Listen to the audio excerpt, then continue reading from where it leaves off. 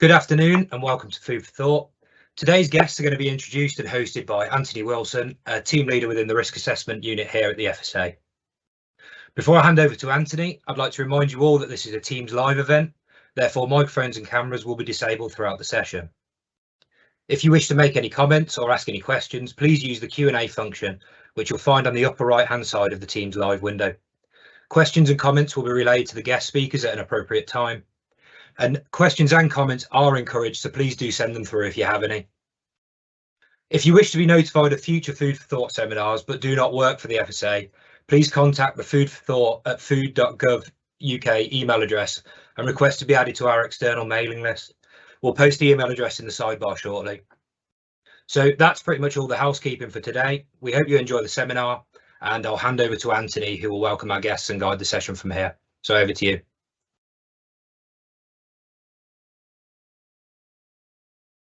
Hi everybody, hope you can hear me okay. I don't know if I can get a thumbs up or anything, but I'm hoping the sound's okay.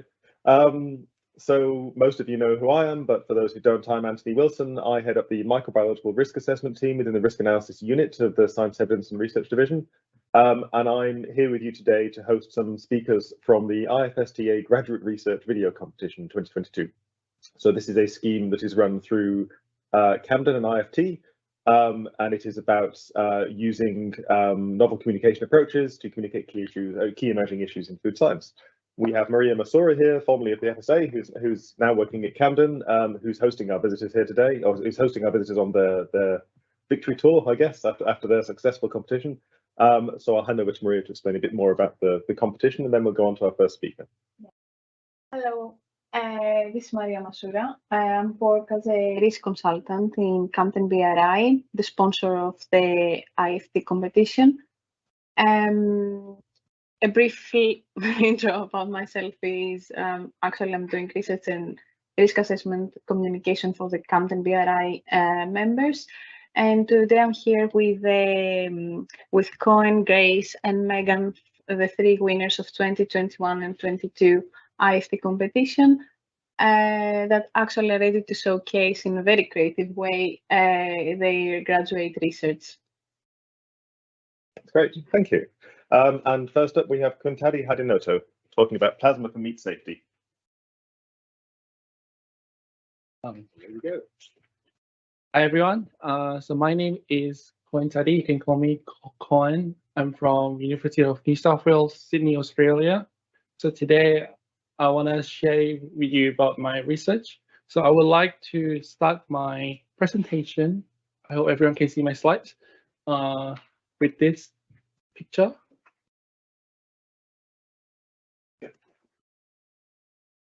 Please. Okay, with this picture.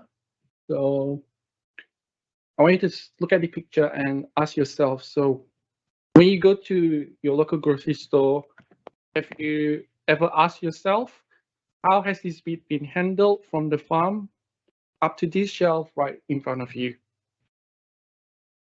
In Australia, one person consumes approximately 110 kilograms of meat each year. And the meat industry contributes to about $17.6 billion annually, making meat safety an imperative factor to the success of this industry. Meat safety not only ensures that the meat you consume is free from harmful materials, but also guarantees the integrity of the product is maintained from the farm to the market. In Australia, harmful bacteria are removed from the meat by water washing. This traditional treatment consumes at least 1.5 million liters of water every day. And in the US, lactic acid is introduced during the washing, but this can cause the meat to brown. So we need a better solution. So I'm sure that most of you have seen a plasma bowl. When you move your hands around the bowl, you see sparks inside the bowl. What if I tell you that we can use plasma to disinfect beef from harmful bacteria? So what is plasma? Plasma is an ionized gas. what is an ionized gas. How is ionized gas different to normal gas? Let's take example air. Under normal temperature and pressure, air is not ionized or just simply normal gas. When you see the branch of lightning that cracks the sky, air is ionized, creating plasma. And plasma is known as the fourth state of matter. By adding energy such as electricity, we can change solid to gas. Sorry, by adding energy such as temperature, we can change solid to gas. And by adding more energy to the gas, we can create plasma. So that means that plasma has the highest energy level of compared to the three state of matter because it contains charged particles that making plasma very conductive. In fact, aurora and neon lights are made of plasma. So there are two types of plasma, such as thermal and non-thermal plasma, but for my research, I'm focusing on non-thermal plasma. So plasma, how can we generate plasma? So then plasma can simply be generated by electricity, and it converts water and air into reactive molecules, creating an end product known as plasma activated water. So as you can see that from this picture, there are a lot of complex reactions that happen in the gas, in the liquid, and at the interface between the gas and at the liquid. But eventually, through this process, all of these reactive species that form in the liquid, they are responsible for the killing the microbial inactivation of the plasma activated water that can kill the bacteria. So then plasma activated water is sustainable since one, there's no addition of dangerous chemicals, and two, it is energy efficient. Why? Because it only requires the same amount of electricity as a single light bulb. So then in my research, I have successfully developed a plasma technology that can kill more than 99% of harmful bacteria such as E. coli and Salmonella in a matter of seconds without browning the meat. Results show that washing the beef with plasma activated water can kill more Salmonella than washing with water alone. By using this technology, we can save water by at least 40% with the ability to maintain the quality attributes of the meat. So I truly believe that this research is fundamental to replace chemical disinfectants for meat safety all over the world. So that's the end of my presentation. So if you have any questions, feel free to ask. Thank you. Sorry, I will just. I think you really can't hear the slapping at home, I think. Yeah. I'll just see if we can get any questions up in the chat. There we go. So I don't know if we explained at the start, so we'll take questions on each talk as we go because the talks are on different topics. So if you have questions about Koen's talk, then please pop them in the chat now. Oops. And Will and Angela should be able to publish them. So here we go. Oh, no, they're both from you, Will, sorry. So I've got a couple of questions, I guess. So how, when you, the plasma activated water, how do you validate a certain level of antimicrobial activity for the water? If you wanted a quality assurance process during production, how would you know that it's been activated correctly, I guess? Or how might you pick it up if the activation has not been as effective as it might have been? That's a good question. So because I'm working with my industry partner, we have a certain deliverables that we need to be able to show that this technology can kill the bacteria in seconds. So that's our first aim. Okay. And then the other thing is to show the scalability of the technology. So basically, most of the research produce plasma activated water in milliliters, which is good for research, but not good for scaling up. Oh, I see. Yeah. And then for this technology, I've shown the increase, the scale up of the liquid volume from 200 milliliters to 2 liters. And then my industry partner, they decided to extend our contract, and then to show that we can make a new study that we able to scale up the technology to 80 liters. Okay. So that's our goal for the next 3 years. And the idea is that you plasma activate the plasma activated water is then used in place of in the meat during the washdown process. in the meat washing, because in Australia, I recently visited the UK abattoir, and then they mentioned about they don't use water washing for clean the carcasses. Yes, yeah. But in Australia, from the consultant that I talked to, they use a lot of like cold spraying for 30 seconds before they put the meat to the chilling process. So we're aiming to introduce plasma activated water. Instead of using water, let's use plasma activated water. Yeah. Okay, excellent. Thank you. We have a question from the audience. I'm assuming that's Kath from Micro, or Kath Callahan from Micro. Hi, Kath. Who's asking? Oh, no, sorry, I've gone through to published. Now there we go. Will you be looking at Campylobacter reduction?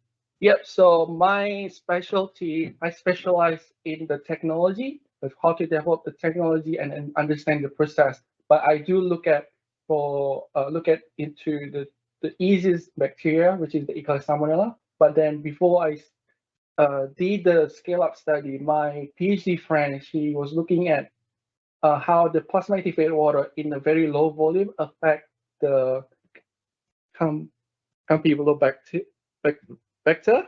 Yeah, she was looking at it, and there's a reduction in 4 minutes. I think she found that there's a too low reduction when you interact plasma activated water with this type of bacteria in 4 minutes, 4 to 6 minutes. Excellent, thank you. And once the water's activated, can you store it? Does it have to be used within a certain short time? Or? Yeah, so we also look at the effect of storage time. So temperature does, the way you store your water will affect the inactivation ability.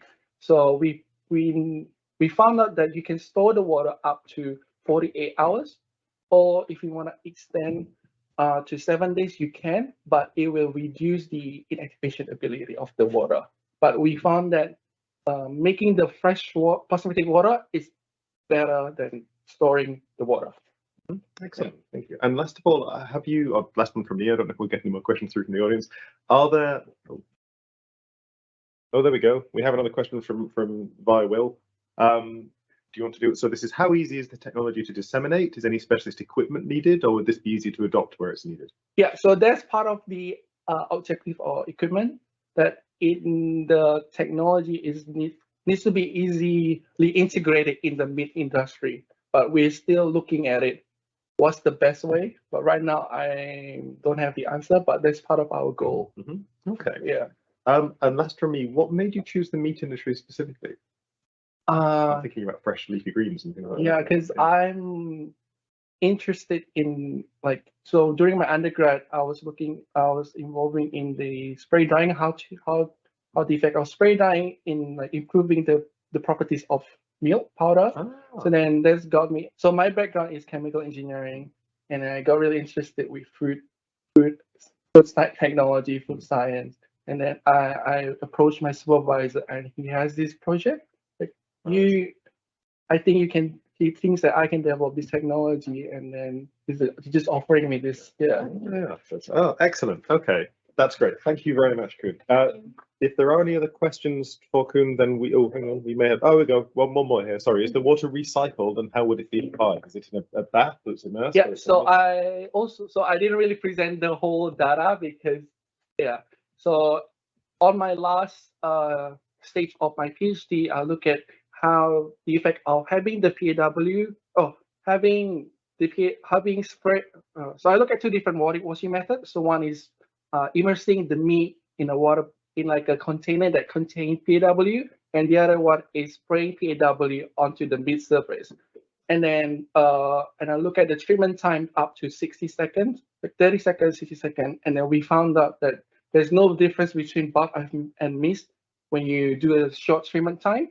But then, yes, the water can be recycled, but I need to explore that more. Yeah. Okay, excellent. Thank you very much. Right, that's great. Thank you very much, Koen. Next up, we have Grace Dewi. Can we? So we will switch presentations. It may take a second for Teams to catch up with us. Fingers crossed. It's just trying to present. Or is it? Sorry, folks. Possible technical difficulties.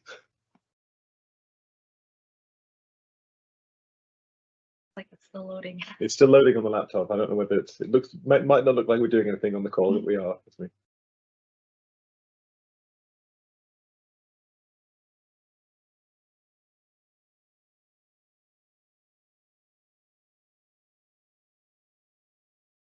We can see the slides, Anthony, but it's just not in presenter view at the moment.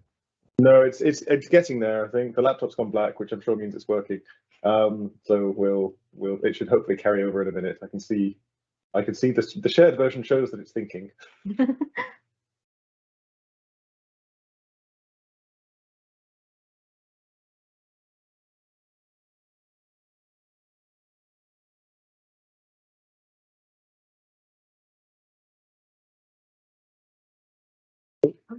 There we go. Can you see that okay? That's working fine now. Thank you. Yeah. Hi, everyone. Thank you so much for the introduction. So my name is Grace. I'm a Ph.D. candidate at the University of Minnesota, and I'll be talking about my doctoral research project. So there are many gatherings this time of year that typically feature a whole bird with the meal. And it's also around the time where agencies such as the FSA and CDC have to issue announcements about to warn of an unwanted serving of a certain pathogen, which is also something that that peaches, poultry, and peanuts have in common. And this is Salmonella. Now, Salmonella is a leading cause of foodborne illness in the United States. It's responsible for 44% of all confirmed infections in 2018. And chicken and turkey consumption accounts for nearly a quarter of those illnesses. So this is because poultry can serve as a natural reservoir host to Salmonella, which typically colonizes the birds without presenting any symptoms, making it difficult to distinguish infected birds from those that aren't. And there are many sources on the farm where the birds may contract Salmonella, so interventions are needed to limit its persistence within the flock. The processing stage is also a critical step because it's possibly the last stage before the products end up arriving at the dinner table or kitchen. And although bacterial load generally goes down as the carcass progresses through the processing stages, the risk of pathogen transmission is still present within these different steps. And it's an even greater challenge in further processed products like ground turkey. And in the United States, establishments that produce comminuted turkey often have a harder time staying within the allowable limit compared to those that produce whole carcass. Whole carcasses have much more stringent standards, and yet fewer producers exceed this limit.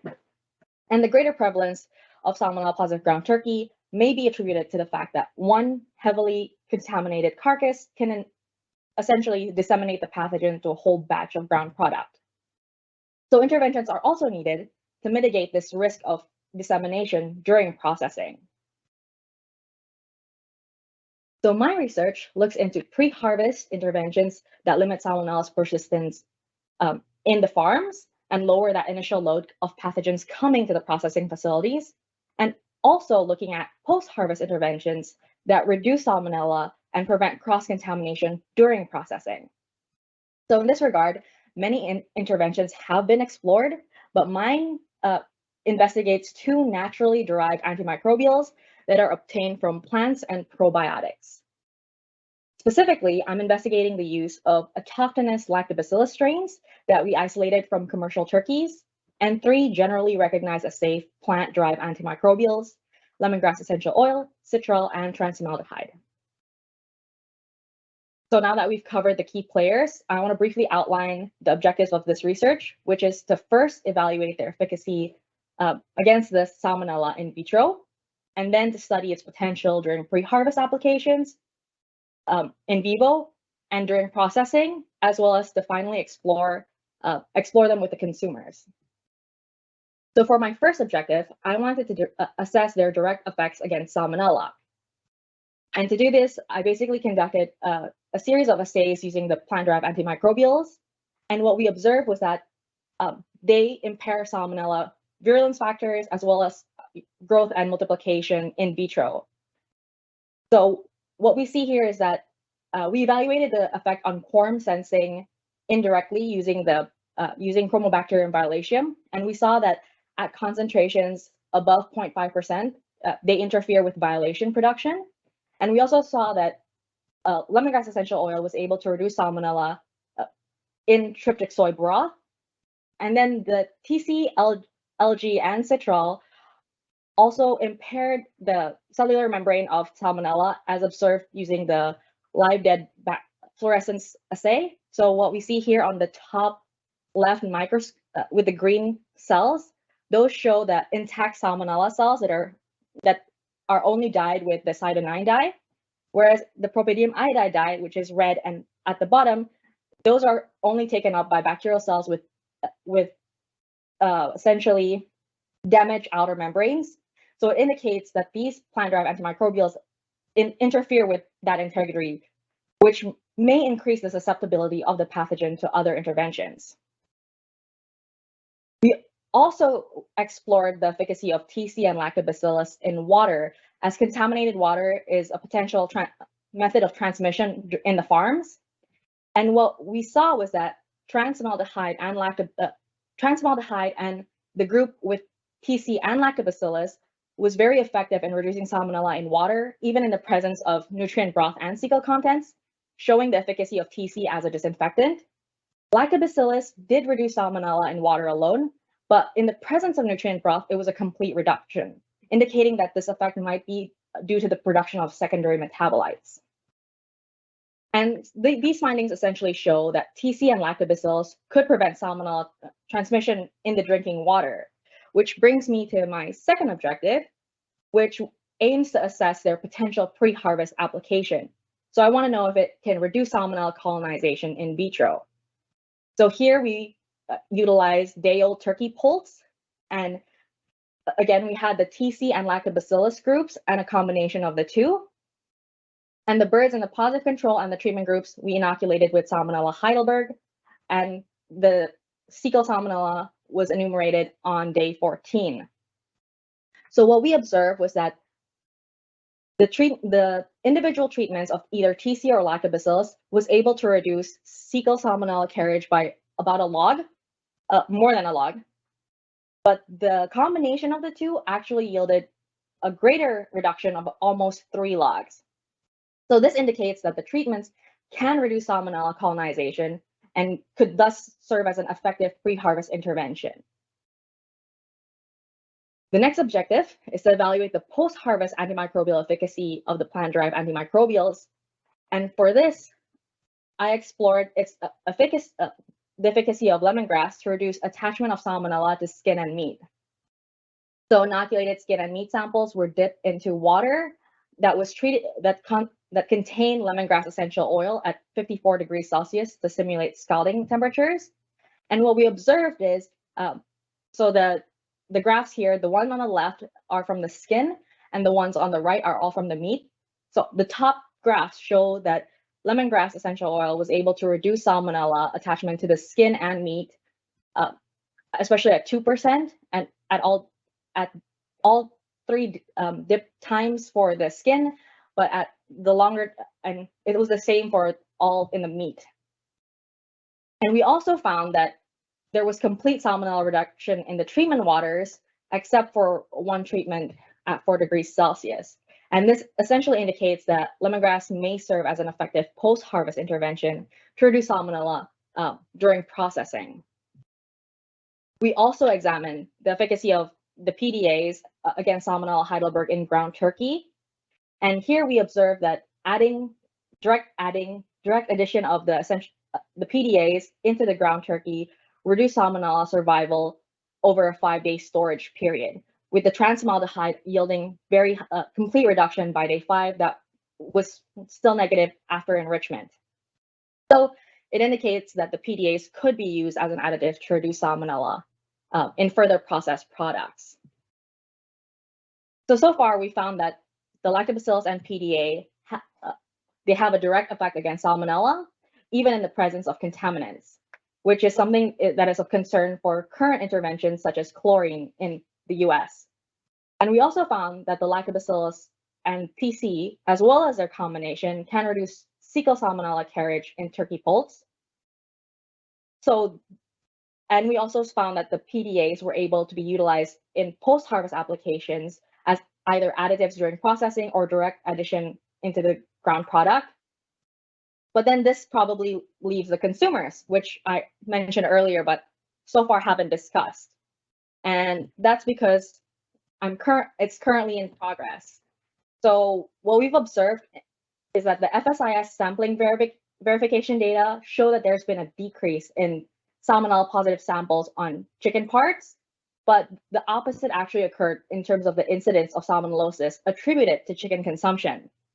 So the final objective of my doctoral research project is to target the people involved, and we hope to gain insight into their perspective surrounding topics such as sustainability and the challenges that they faced in the during the focus groups, which we conducted with both consumers and producers.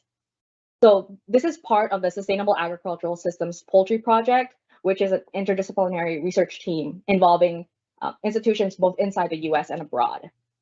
So our goal is to enhance consumers' confidence and acceptability of poultry, as particularly as many of them are now disconnected from the food production system.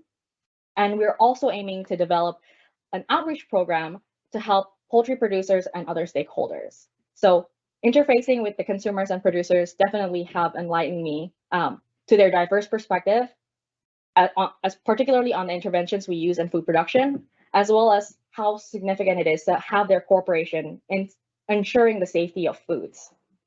And with that, that concludes my presentation. Thank you so much. Great. Thank you. Really difficult to remember how many people are watching this from the other side, I think, when you're doing these in a room. Seems more natural when you're at home. Thank you very much. I will, if I stop presenting, let's see if we can see Q&A. I don't know if we've got any specific to this one yet. So there were a couple of questions I had. Oh, we lost it completely. Let's see if we can go back and represent that.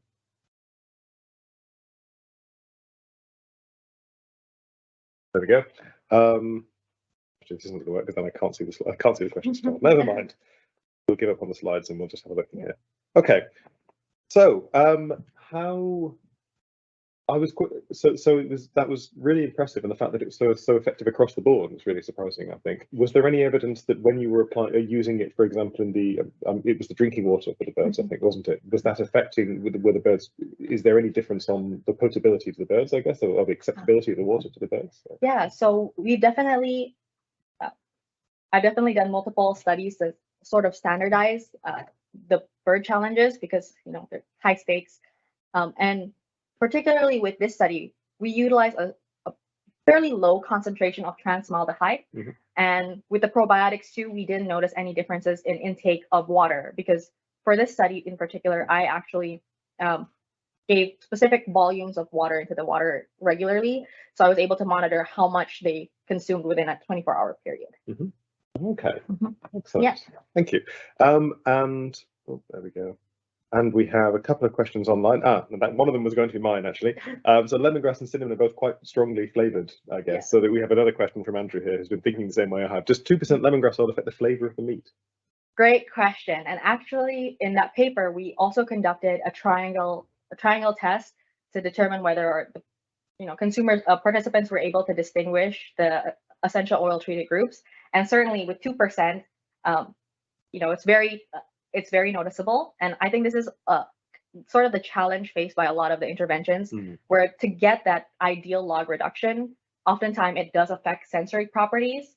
So we have been exploring methods of enhancing their efficacy without having to add as much. So in my initial proposal, because during that triangle test, we found that at 0.5%, TC was actually indistinguished.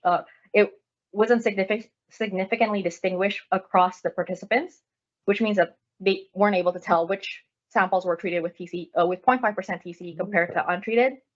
But other than that, my initial proposal was to combine the essential oils with high pressure processing, because as we observed in the in vitro data, the essential oils, it essentially permeabilizes the outer membrane of Salmonella, which, you know, as gram negative, that's one of the main hurdles.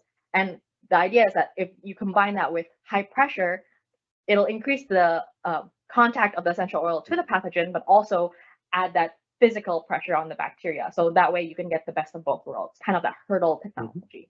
Excellent, thank you. Thank We have an anonymous question. I don't know whether we can get any more elaboration on this, but are you assessing the transport and storage of the meat prior to consumers preparing them? So I think that's just the point of the question. Yeah. That's a great question, and something definitely I wish I was able to explore. Currently, that transport, that part between the processor and the consumer, we have yet to explore. But conversing with the producers in these focus groups, definitely processing, at least in the United States, is quite a challenge, especially ever since the pandemic, as they were a lot of these a lot smaller farmers are having trouble finding processors that are USDA approved within a certain radius of their farms. So that's definitely something, if we get more funding, I would love to explore too. Excellent. Thank you. And we have just one more question currently from Kath, which is, if your interventions were scaled up from industry, have you got an estimate of the cost? Essential oils, initially when I was working with them, that cost was definitely a concern, particularly for producers. You know, if they can't, a lot of the times their interest in essential oils or probiotics typically stem from, you know, as an alternative for growth promotion. So not from food safety perspective, but they want, you know, bigger yields, more effective feed to weight gain ratio. But for example, for transmaldehyde, earlier on, like back when my advisor was still working on it, it was quite expensive. But as commercialization and the industry gains more interest in it, there's a lot. They kind of streamline production, which significantly lowers the cost, and that's partially why I also moved away from lemongrass essential oil to citral, which is its main component, was because during the pandemic we saw difficulties with securing essential oils and kind of standardizing across different manufacturers. So that's why going with citral and transmaldehyde, the purified products, we have a lot more consistency. Yeah. We have another question, and then we'll come on to Megan, if that's okay. So via Will, oops. Hang on, sorry. There we go.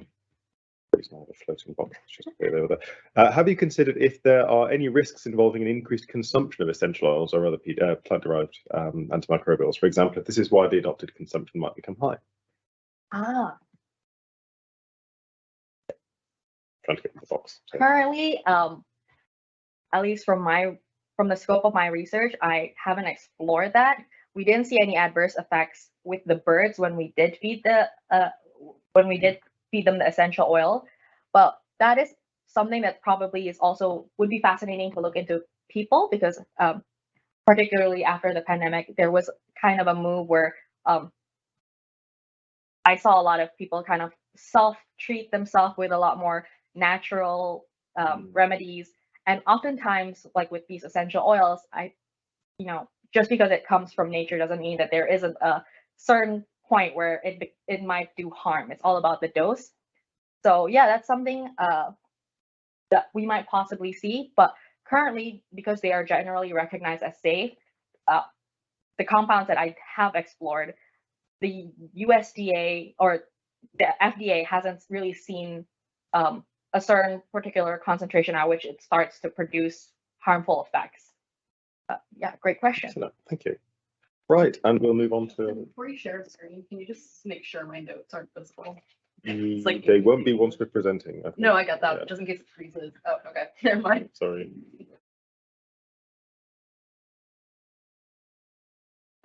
Right. I think that's Okay. We'll get there. We'll get there.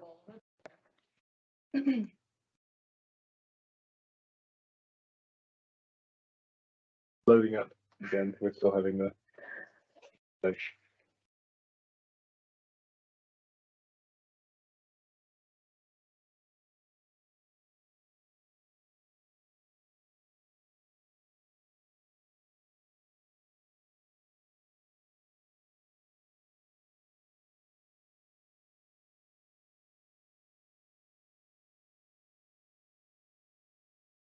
We're still having a minute or two to load up the slides, but we're with you in a second.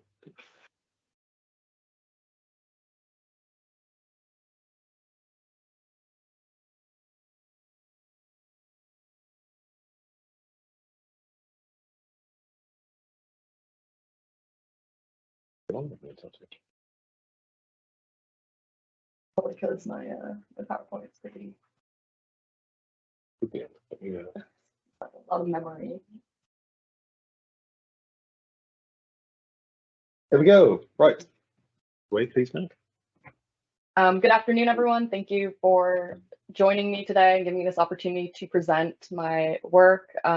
What ultimately brought me on this incredible UK study tour was my core belief that art serves a fundamentally important and underutilized role in science. And I think this Venn diagram kind of captures the kind of scientist I like to think of myself as.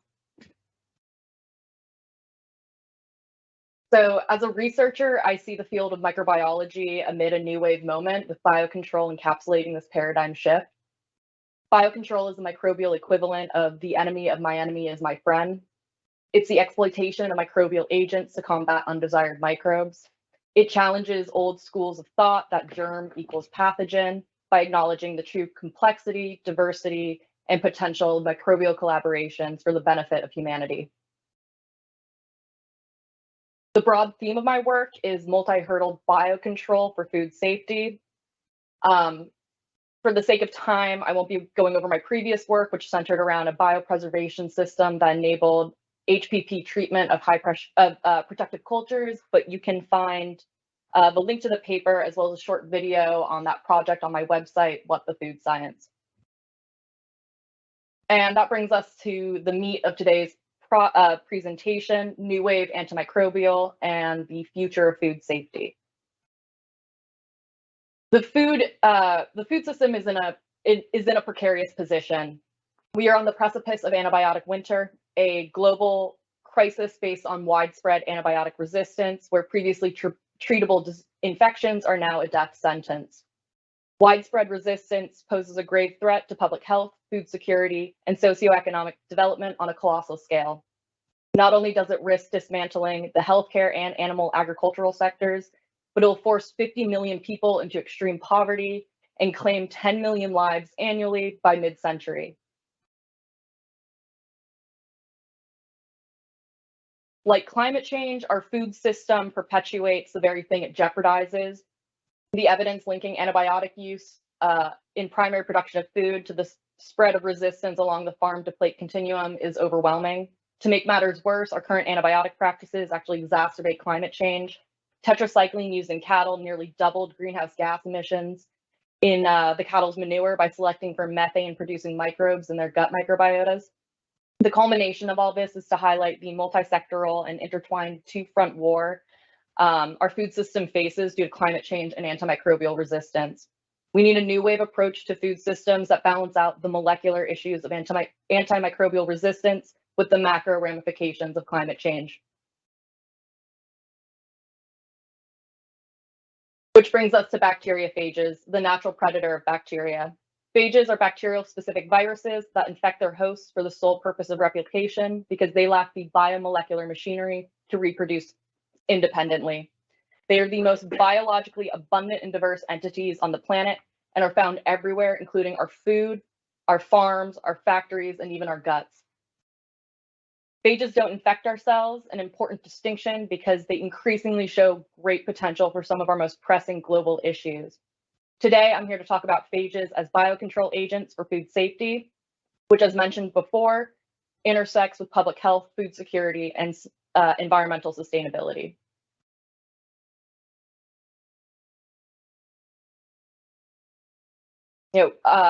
Fermented food is probably one of the oldest examples of biocontrol. A more recent one is nisin, a bacteriocin derived from lactic acid bacteria. Bacteriocins are toxins produced by bacteria used to kill other bacteria. It's the equivalent of a microbial bullet, which we've used to extend shelf life since the 60s. And that's the idea that we're trying to apply with phages. Phages replicate by repurposing their bacterial host into phage-producing factories. When infecting a bacterium, they're hijacking the gene replication and protein expression machinery to manufacture replicates of themselves.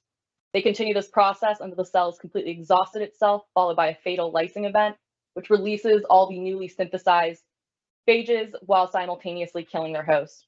And this continues until there's no more susceptible cells to infect, which is where we see the amplified antibacterial effect.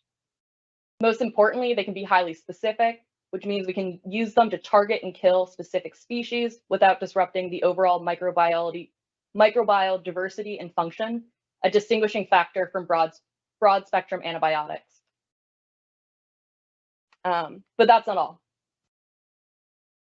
There we go. Yeah.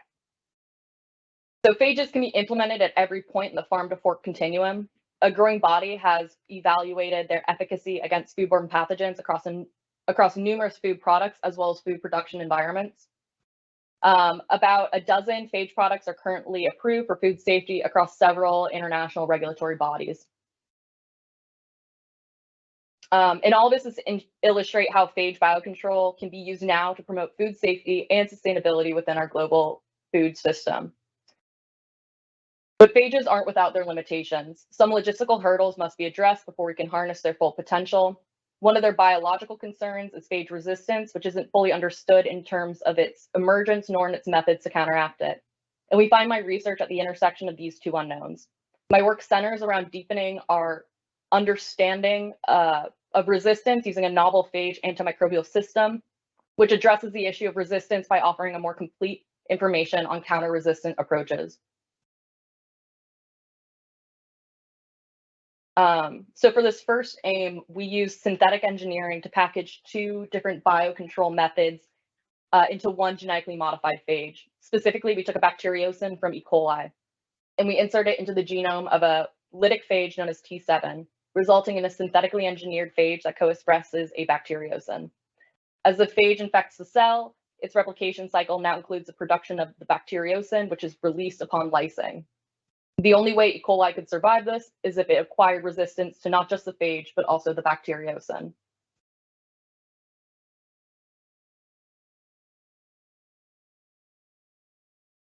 We looked at how these two systems worked when introduced to a population of E. coli with a pre-existing resistant subpopulation. And we found that both colicin type and ratio of resistant to sensitive cells impacted whether the system merely delayed outgrowth or fully inhibited it. Moving forward, I'm investigating how bacteria evolve resistance against this double hurdle approach, and I'm doing that by determining the rate of resistance that arises out of the sensitive population. And from those resistant mutants, I'm characterizing their resistant mechanism. In this phase, I'm adding a third hurdle treatment by combining two synthetic phages into a single cocktail, resulting in the generation of two bacteriocins in addition to the phage, a triple hurdle threat. As we increase the number of hurdles, we hypothesize that the frequency of resistance will decrease. And it'll be interesting to see, given our assay's constraint, what kind of SNP mutations will enable the resistant cells to survive the bombardment of multiple antimicrobials. And that covers the greater significance of my work regarding, the boundaries of scientific knowledge. But to have a more direct impact, I'm also developing a learning module for high school students based on this to advocate for phage biotechnology and promote antimicrobial stewardship. And this is where information design really takes center stage. This module provides a platform that doesn't adhere to the stifling parameters of traditional scientific literature. It takes a user-centered approach to produce mindfully curated information in a consumable fashion by incorporating data viz, graphic design, and narrative-based devices to maximize comprehension while minimizing information overload. One of the main issues, one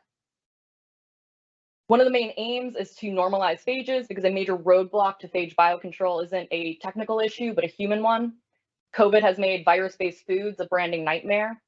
And consumer acceptance is critical for adoption by industry. So getting people on board with the science is essential.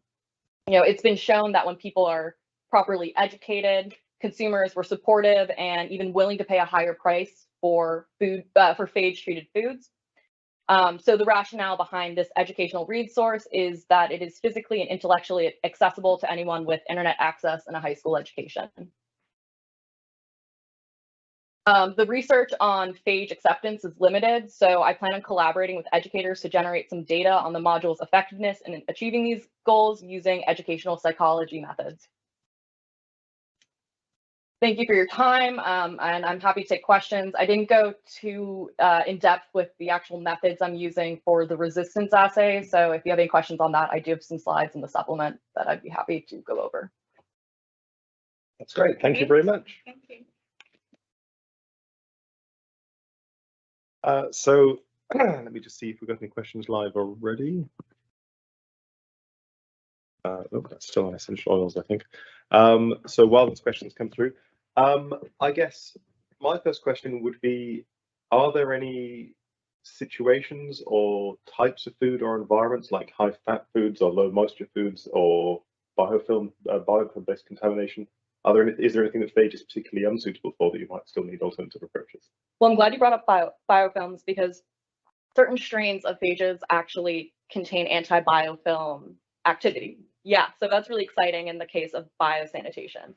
Phages are naturally incredibly diverse, and also in this era, they're pretty easy to genetically modify, or in some cases. The way that we developed our synthetic phage was using a kit that really streamlined that process. So we do have like a lot of potential for playing with their limitations. Like I said, resistance is a big issue. So one of the ways you can overcome that is if we saw resistance due to a receptor, we could change genetically, we could modify that phage's receptor and to circumvent that issue. But in terms of like food biocontrol, matrix is definitely something we have to consider.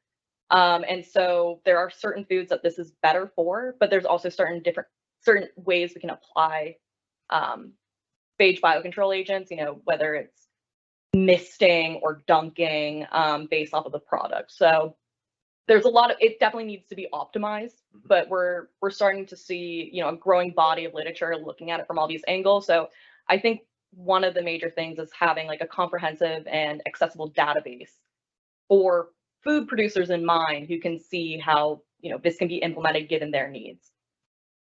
Thank you. And I think we're still waiting for the questions to come through. Next, another question would be, given, as you mentioned, I remember that there have been a number of phage-based products applied at different stages that have, to some extent or another, got to the market, I guess. Is there anything we can learn from where those products have succeeded or failed or exceeded expectations, I guess, or is there anything we can learn about the barriers to acceptance or the approaches to getting people to consider phage as an alternative? Well, if anything I've learned, especially from this trip, is like the patchwork regulatory nature of these things is probably the biggest hurdle. I know in the United States, we're seeing a lot getting passed through the generally regarded as safe pathway. Additionally, if it's used as like a biosanitation purpose, I believe it falls under like an additive, and that changes the way that it needs to be labeled. That makes it easier for labeling, especially when you're dealing with synthetic phages, because they are genetically modified. So that's a little bit more clear in the United States. I know that the EFSA recently gave a positive review for a phage-based feed, poultry feed. It wasn't an approval, but it was very promising for the future of its use being used in the EU. So I think we're starting to see it being more accepted. But yeah, I mean, there's still some real hurdles that need to be addressed on every level, but it's definitely getting, I think it's having a comeback. I mean, phage therapy has been around for over 100 years at this point. And I mean, in some parts of like Eastern Europe, it's being used to this day. So yeah, it's interesting. This isn't new technology. It's just got kind of like what's the word I want to use? Overshadowed when we discovered penicillin and Absolutely, yeah. Okay, we have a couple of questions here. First of all, is there a concern about release of bacteriophages to the environment that could evolve to target beneficial bacteria? That's a great question. So as I mentioned before, bacteriophages are the most naturally abundant entity on the planet. So the use of phages for biocontrol purposes is a drop in the bucket compared to what's out there already.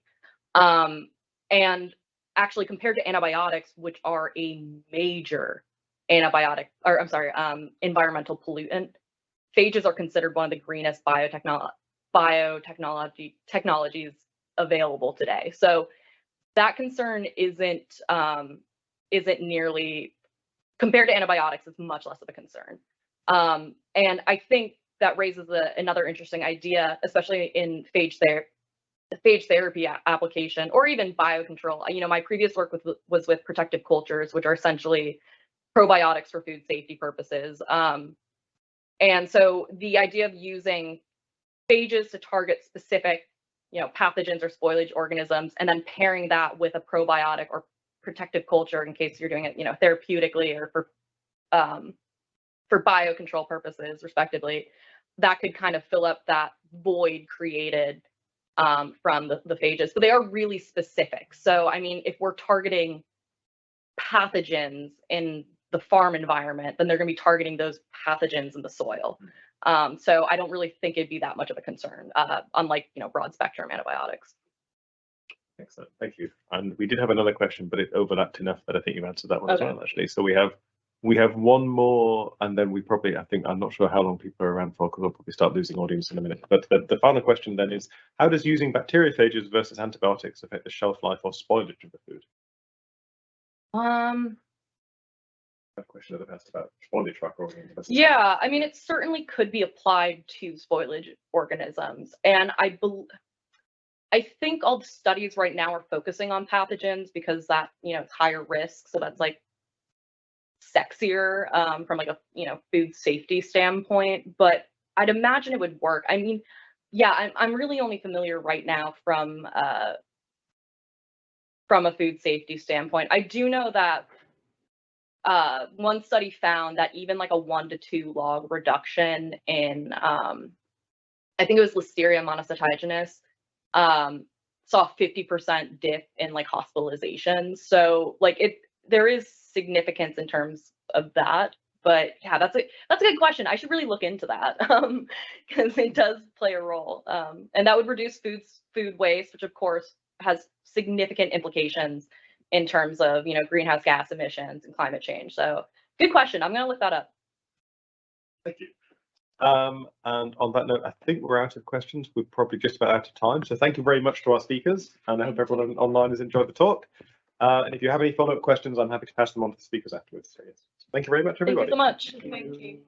And thanks very much to the audience.